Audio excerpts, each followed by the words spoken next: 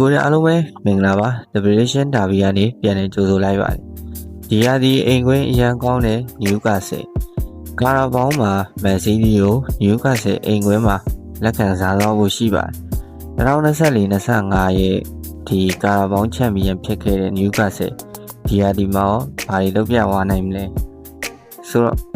ဒီနှစ်သင်းရဲ့လက်ရှိအခြေအနေကိုကျွန်တော်လေ့လာကြည့်ပါမယ်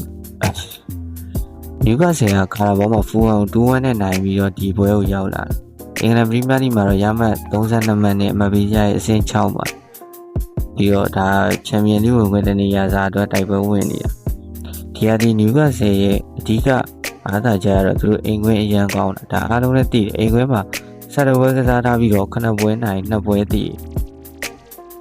2ပွဲရှုံးရမှတ်23မှတ်သူတို့အိမ်ကွင်းမှာစုဆောင်းထား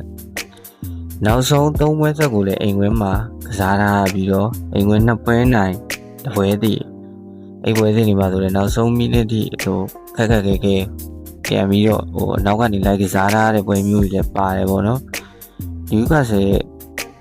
ဆိုတော့ဒီအိမ်ကွင်း St James ဘက်ကမန်စီးတီးအတွက်ခက်ခဲလာနိုင်တာတစ်ဖက်ကကွာဒီရိုင်းမန်စီးတီးကဒီကာရာဘောင်းမှာဒါ Brentford နိုင်ပြီးတော့ဒီဘက်ကိုရောက်လာဒီပွဲစဉ်ရဲ့ဒုတိယကျောက်ပွဲစဉ်ကိုတော့သူတို့ရဲ့အိမ်ကွင်းမှာ2လပိုင်း9ရက်နေမှာပြန်ပြီးတော့လက်ခံကစားသွားဖို့ရှိလက်တလုံးမှာတော့ဒီမန်စီရဲ့နောက်ဆုံးကစားခဲ့တဲ့ FA Cup မှာဒါသူတို့ရဲ့အိမ်ကွင်းမှာဂိုးမှုရွာခဲ့တာပေါ့နော် Exeter City ကို10ဂိုးတကူနဲ့တက်အနိုင်ယူရတယ်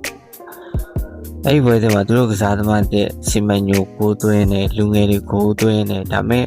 ဟာလန်မပါတော့ဟာလန်ကအဲ့ပွဲမှာဒါပထမပိုင်းတစ်ပိုင်းဝင်ကစားတယ်ပေါ့နော်ဒါပေမဲ့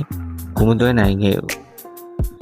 လက်တလုံးဟာလန်ကိုကြည့်မယ်ဆိုလို့ရှိရင်လည်းနောက်ဆုံးကစားတဲ့5ပွဲမှာဒါပနယ်တီသွင်းကိုတကူပဲရရတယ်ပေါ့နော်မန်စီးတီးရဲ့ရတဲ့တွေတကယ်လည်းခက်ခဲနေတဲ့ဟာလန်ပေါ်မှာလည်းအများကြီးမှုတည်တယ်လို့တော့ဒီနေရာမှာကျွန်တော်တော့မြင်မိရပေါ့နော်မန်စီးတီးပြည်သက်တွေကဘယ်လိုမြင်လဲတော့မသိဘူး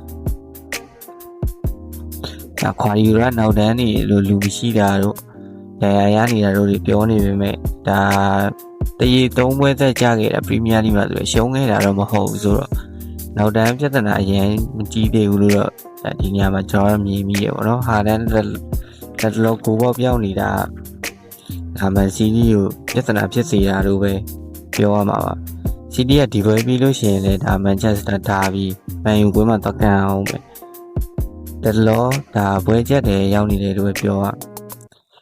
ဒီနှစ်သိန်းရဲ့အခုဒါတန်ရာရလူစင်းကိုရှင်းကြည့်မယ်ဆိုရင်လည်း Newcastle မှာဆိုလို့ရှိရင်ဘန်တို့ရှားတို့လို့အဓိကနောက်ခံကစားသမားတွေမပါဘူး